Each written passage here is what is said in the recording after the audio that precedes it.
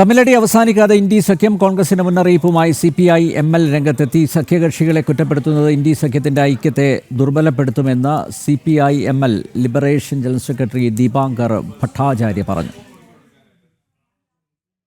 കോൺഗ്രസ് അധ്യക്ഷൻ മല്ലികാർജുൻ ഖാർഗെയ്ക്ക് അയച്ച കത്തിലാണ് ദീപാങ്കർ ഭട്ടാചാര്യ കോൺഗ്രസിന് മുന്നറിയിപ്പ് നൽകുന്നത്. ദുരുദ്ദേശപരമായ നുണ കോൺഗ്രസ് പ്രചരിപ്പിക്കുന്നെന്ന് CPI ML ജനറൽ സെക്രട്ടറി ചൂണ്ടിക്കാട്ടുന്നു.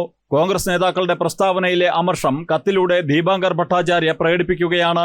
ജാർഖണ്ഡിലെ രാജ്യസഭാ തെരഞ്ഞെടുപ്പിലെ കോൺഗ്രസ് സ്ഥാനാർത്ഥിയുടെ പരാജയത്തെ ചൊല്ലിയാണ് തർക്കം ഉടലെടുത്തത്. CPI ML ലിബറേഷൻ MLA-മാർ വോട്ട് മറിച്ചെന്ന ആരോപണം ദീപാങ്കർ ഭട്ടാചാര്യ തള്ളിക്കളഞ്ഞു.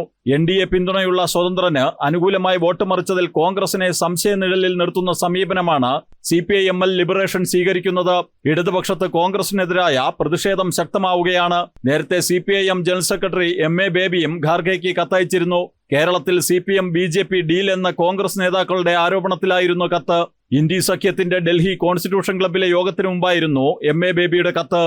ജനം, ഡൽഹി.